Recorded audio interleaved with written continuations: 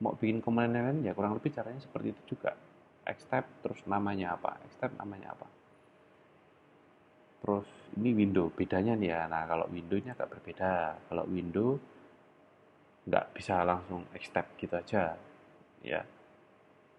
Bisa tapi ya agak panjang ya jelasinnya. Tapi secara ringkas, biasanya Xtype itu dipakai untuk pop-up kan ya. Jadi kita taruh di button ya.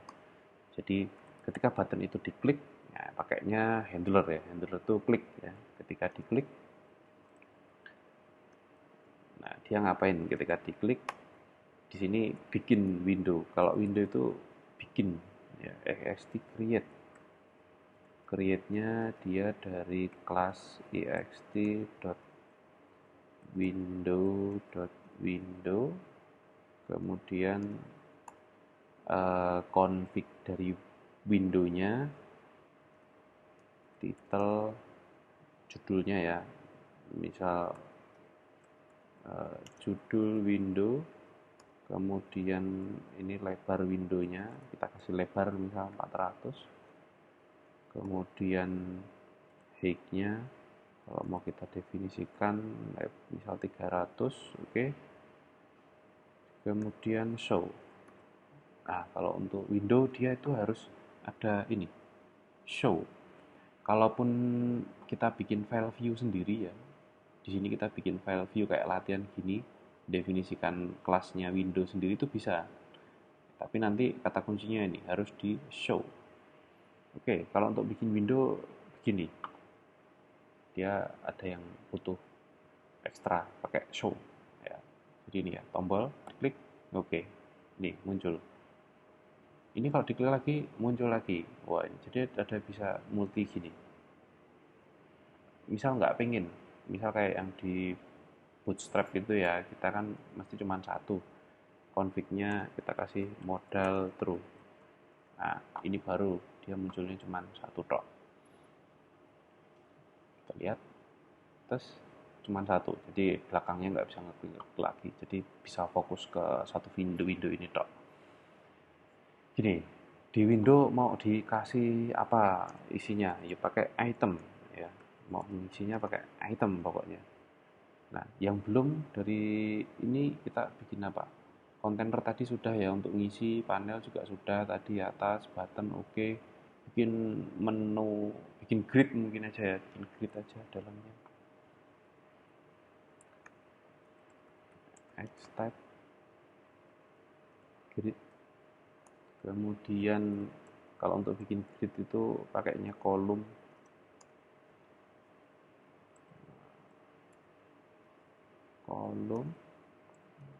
teks, misal nama, oke, nama, umur, oke ya, mungkin begini, untuk contoh aja. Oke, jadi di dalam window kita kasih grid ya ini, jadi ada grid. Nah, ini nggak ada datanya ya, cuman nampilin grid gini tok. Yang grid ada datanya ya ini nih, ya ini grid ini namanya, gitu. Oke. Kemudian kalau mau bikin menu, nah misal di panel 2 ini aja ya, panel 2. Untuk bikin menu juga bisa. Untuk bikin menu ya tinggal Xtype menu.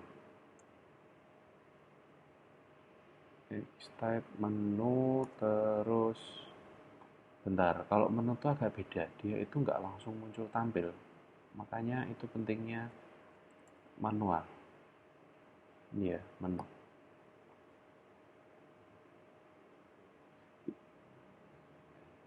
Kalau saya sendiri jarang pakai fitur ini sih, ya cuman ini perkenalan aja ya. Untuk bikin menu ya kayak gini caranya. Nah, config yang ini nih yang penting nih. Dua ini nih, plain sama floating. Kalau tanpa config dua ini nggak muncul nama menunya. Oke, jadi ini menunya nanti ada tiga ini ya, plain item sama plain item 1 sampai 3. Oke, kita cek.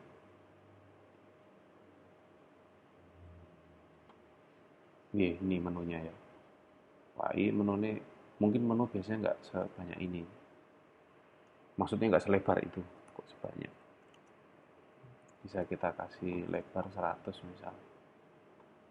Ini baru kelihatan kayak menu. Nah, segini ya, nggak lebar-lebar banget lah ya.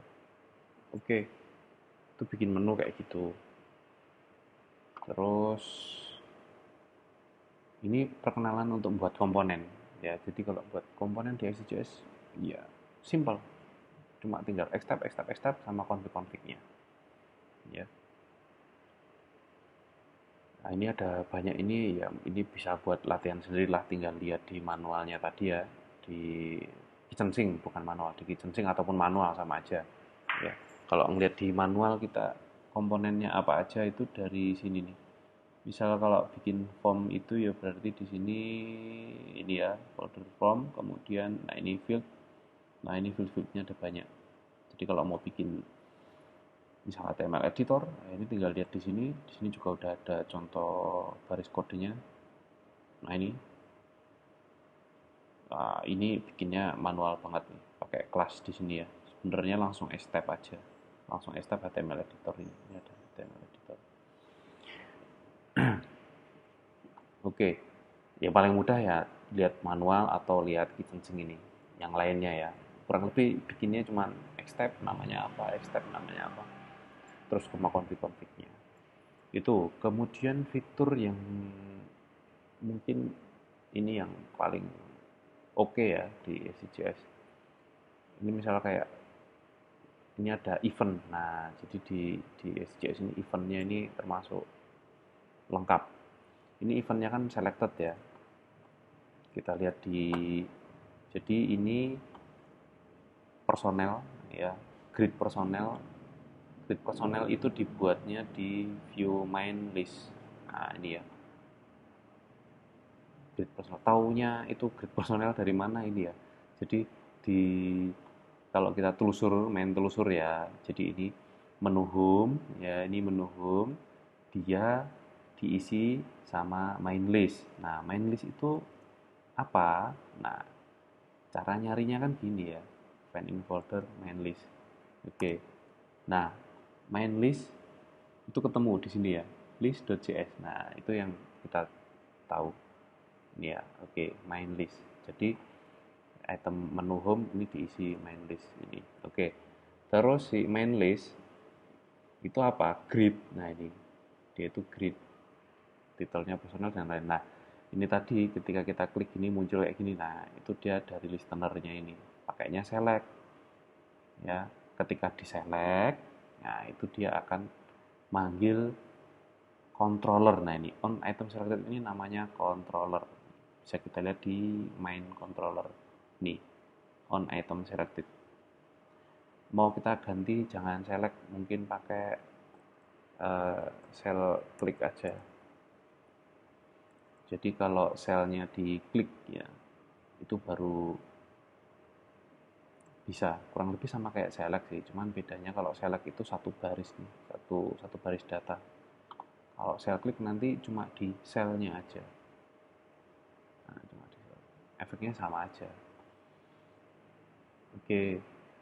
Nah, kita tadi berkaitan dengan menu. Mau bikin menu di klik kanan gini. Nah, ini klik kanan ini kan ada defaultnya gini. Ini di SCJS bisa kita custom klik kanan untuk gridnya ini. Caranya gimana? Itu pakai, kita lihat di sini ya. Grid. Ini ya, grid panel. Loh, kok masih ada nih? Grid panel. Itu bisa kita lihat di event. Jadi listener ini kayak ada cell click, ada tadi select, ada lagi macam-macam ya. Itu dari sini nih. Event. Ini ya cell click. Ini ada item click, double click, lah ini banyak banget. Nah, kalau mau klik kanan itu ini nih, cell contact menu namanya. Cell contact menu. Oke, kita buat cell contact menu. Ini kalau diklik kanan nanti akan muncul. Oke, cell contact menunya misalnya menu klik kanan. Gini ya. Oke. Nah, ini kita buat di controllernya di sini. Terserah ya, di atasnya juga bisa. Pokoknya bikin menu lah. Oke, jangan lupa koma. Kemudian ini ya, function. Kemudian parameter di dalamnya apa? Ini, copy aja dari yang ini. Parameter di dalam berarti ini ya. Cukup segini aja. EOPTS nggak perlu. Ya, kita ganti aja misal grid. Terus, oke, ini udah cukup. Oke. Nah, bener nggak nanti kalau diklik kanan dia manggil fungsi ini, kalau udah pernah pakai SVJ, pernah belajar JavaScript ya, kita bisa cek pakai console log ya, ngeklik kanan gini. Oke, kita lihat ya, kita inspect ke konsol. Oke, kita refresh dulu tapi terus kita klik kanan. Oke, kita lihat di nah ini konsolnya ada ya, ngeklik kanan berarti dia running ya, cuman ini muncul menunya klik kanannya browser ya. Menu kanannya browser kita nonaktifin, tapi ini yang penting udah tahu ya, jadi untuk konsolog ini fungsinya untuk ngedebug ya, buat ngelihat event-eventnya itu, atau buat ngelihat variabel mungkin ya, kalau nanti udah develop pakai ini. Pakainya prevent default, jadi ini nanti dia ngilangin klik kanannya si browser, jadi klik kanan browsernya nggak muncul. Oke, ini ya, ini saya klik kanan, ini nggak bisa. Nah, habis itu baru kita ganti dengan menunya yang baru ya, menunya yang baru kayak bikin window ya, ext create ext.menu menu, ini kelasnya menu, kemudian config-nya menu kita bisa copy aja yang tadi kan kita udah bikin menu tuh. Nah, ini aja, copy aja. Oke, biar nggak ngoding banyak-banyak. Terus show app e.getxy. Oke. Nah, ini nanti klik kanannya ada menu ini nih, line item. Enaknya gini aja ya, biar beda lah ya. Oke.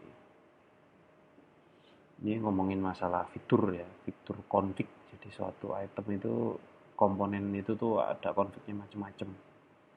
Nah, ini ada ya, klik kanannya. Ada menu 1, menu 2. Oke.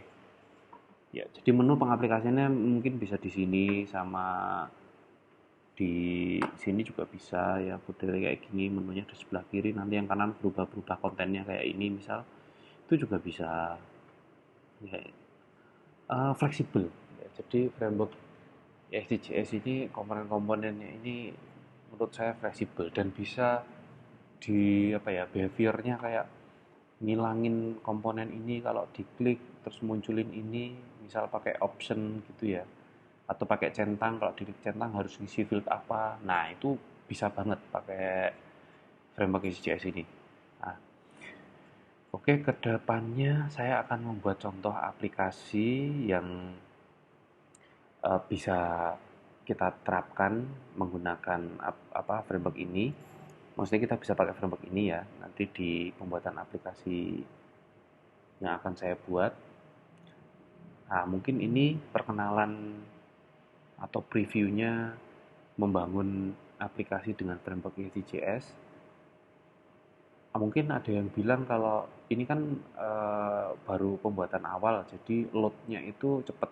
Dulu pernah ada yang komen di grup itu, yang dia itu nanti kalau misalnya sudah besar, ini kan membuat file-file kelas-kelas baru begini ya, ini kan buat view kayak gini kan, tadi buat kelas-kelas gini terus ya. Nah, itu nanti loadnya berat. Nah, itu sebetulnya bisa kita atasi ya. Jadi ini sekaligus menjawab ya. Jadi pertama kali aplikasi ini di load itu kan yang dipanggil kan ini ya, jelas index.html. Kemudian di sini ada eh, load ke microloader ini. Pokoknya ini muter-muter jatuhnya tuh ke sini ya, ke app.js. Jadi yang pertama kali di load itu adalah file ini, aplikasi.js ini, app.js ini maksudnya. Nah, yang pertama kali dulu ini. Nah, di sini kalau kita lihat nih require-nya, lihat nih, aplikasiku dot bintang. Jadi semua kelasnya itu di load. Nah, jadi bayangkan aja kalau di dalam view ini ada, ini baru filenya dikit kan, segini. Ini semuanya kan pasti pakai aplikasi dot. Nah, terus namanya ini apa? Aplikasi dot, ini belakangnya. Nah, itu tadi pakai bintang ya. Bayangin aja kalau di sini filenya ada 200. Berarti kan 200 file ini akan di-load. Nah, itu yang membuat berat. Nah, caranya itu bisa dioptimize dengan ya ketika kita ngeload aplikasi pertama kali, ya kita load yang penting-penting aja. Itu untuk pertama kali menampilkan tuh apa. Nah, misal kita lihat ini kan yang lihat di sini ya, main view-nya adalah aplikasiku .view.main.main. Itu kan file ini. Nah, yang pertama kali di load sama dia kan ini sebenarnya. Nah, ini ngeload apa aja? Ini, ya. Ya berarti kita definisikan aja yang berkaitan dengan ini. Tok. Nah, itu kan akan lebih cepat, ya, dibanding ini. Dot bintang, ya. Jadi nanti di requires-nya ini kita masukkan yang dibutuhkan untuk menampilkan pertama kali itu apa. Jadi nggak semuanya kita load. Kurang lebih ya kalau udah belajar OOP PHP juga begitu ya. Kalau OOP PHP kan juga dia pas ketika fungsi itu dipanggil kan dia baru semuanya yang berkaitan dengan itu dia require itu kan. Kurang lebih sama dengan require-nya di PHP. Kalau di PHP nge-require semua ya jelas itu juga akan, tapi itu di sisi server ya. Jadi mungkin ya tergantung ya. Kalau JS ini jelas kerasa banget kalau ya di require itu banyak, apalagi ratusan file, ya jelas itu lambat. Tapi kalau di PHP saya belum pernah komparasi ya. Kalau di PHP kita nge-require semua kelas itu bakal lemot atau enggak. Setahu saya, misal kalau pakai Composer vendor itu ya, itu kita ngeload library PHP sebanyak apapun ya dia fine-fine aja. Padahal itu semuanya juga, semua kelas juga di require itu. Tapi ya fine-fine aja. Mungkin bedanya karena kalau di PHP itu ketika kita manggil suatu fungsi dari kelas, yaitu yang berkaitan dengan itu tok. Kalau yang lainnya kan berarti nggak kepanggil, atau fungsi itu nggak dipakai, intinya gitu. Nah, kalau SVJS ini kan ya ini tadi require semua, jadi entah file itu dipakai atau enggak, ya itu di load gitu. Nah, itu kelihatannya itu akan kelihatan di sini, di net, di source ya. Jadi di source ini app, nah view, nah ini kan load ya. Jadi ini pertama kali ngeload itu bisa, jadi kalau tadi ada 200 file, kalau require aplikasiku bintang, di sini ada 200 file, ya berarti nanti akan muncul semua nih 200 di sini nih. Padahal belum tentu 200 ini kepakai semua, mungkin yang kepakai sekitar 10 atau 15 ya. Jadi itu isu isu menggunakan framework ini kalau dirasa lambat. Nah, itu terkait dengan require file kelasnya yang perlu dipilah ya itu.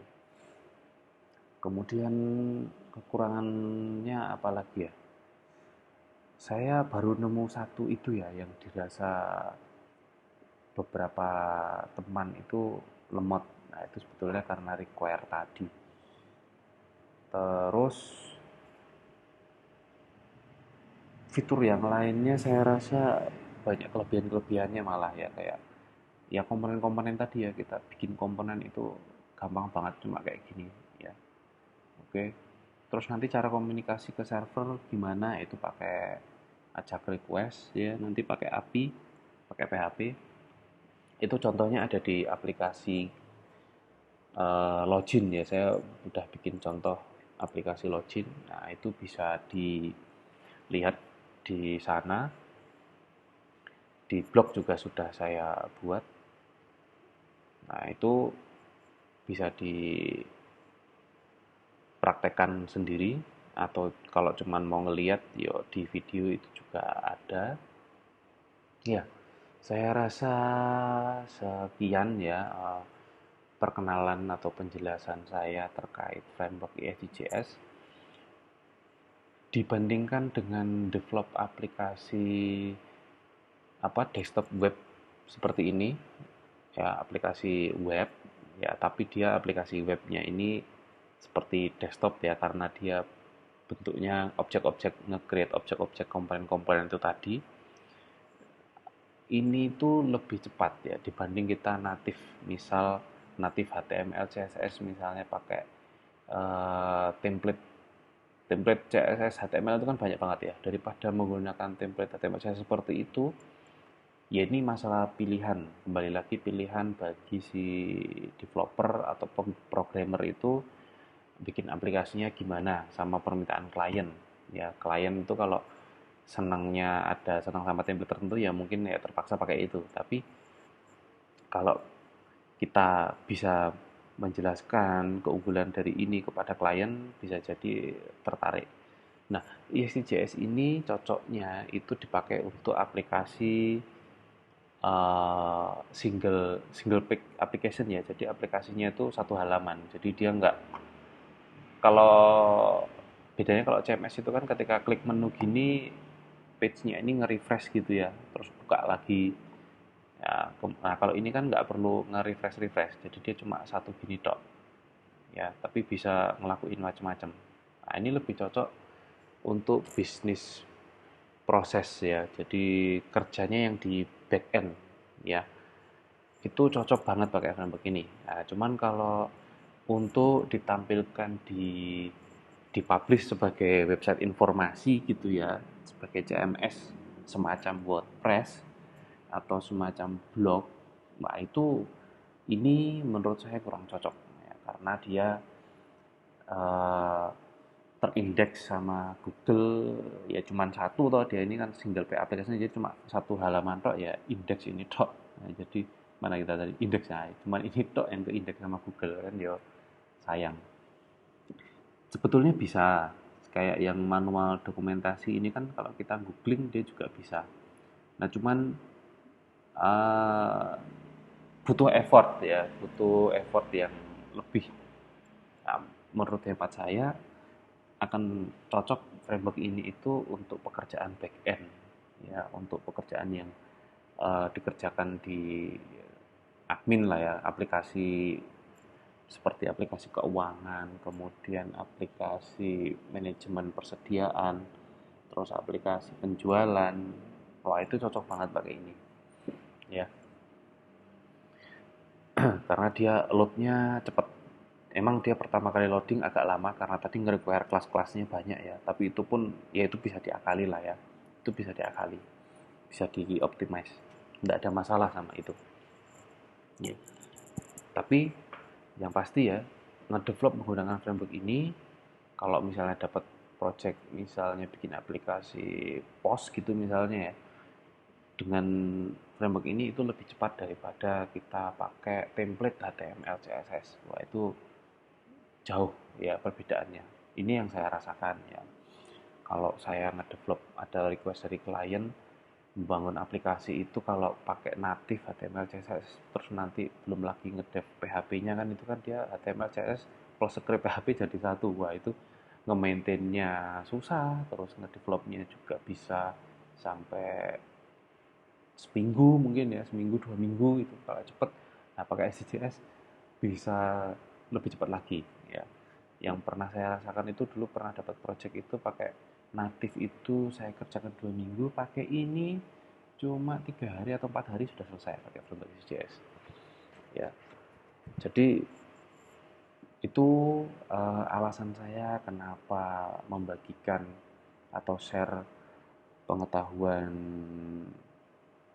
menggunakan framework SCCS untuk develop aplikasi, yaitu salah satunya karena ini bermanfaat bagi saya, dan uh, mudah-mudahan developer lain juga tertarik dengan framework ini.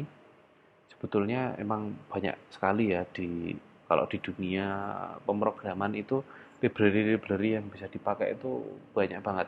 jQuery, kemudian ada Node.js, Vue.js ya. Oh, macam-macam. Kalau misalnya pakai PHP ada framework Laravel, CI ya.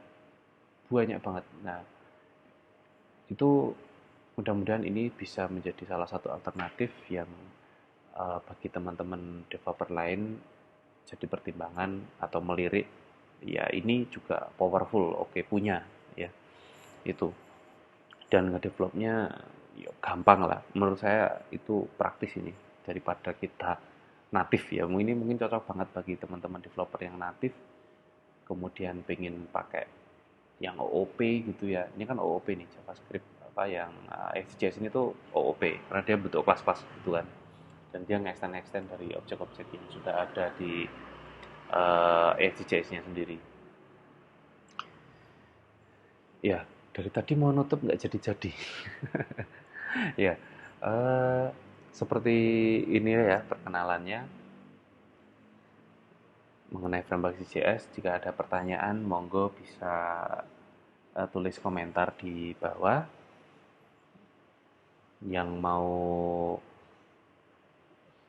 apa tutorial tulisan ya ada di blog saya juga, tapi sepertinya akan lebih sering update video karena lebih cepat bikin video tutorial ya daripada bikin tulisan. Saya rasakan kalau bikin tulisan itu sehari mungkin bisa jadi satu tulisan. Kalau video kayak gini sehari mungkin bisa bikin 2 sampai 3 tutorial, lebih cepat ya. Ya cuman memang bagi teman-teman yang mungkin eh, kuota internetnya masih pakai biaya sendiri, ya itu emang jadi tantangan tersendiri ya, karena nonton video itu ya lumayan juga. Ya, kalau yang pakai tulisan kan cuman download teks kan, ya lihat di blog itu udah lebih cepet.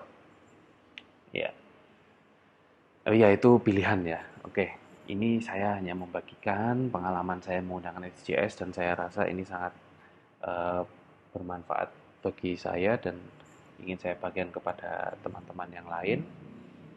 Ya, kedepannya akan saya buat aplikasi contoh ya mungkin sederhana. Oke, sekian. Nah, ini baru nutup beneran ya. Oke, sekian ya video dari saya kali ini. Terima kasih. Salam FJS.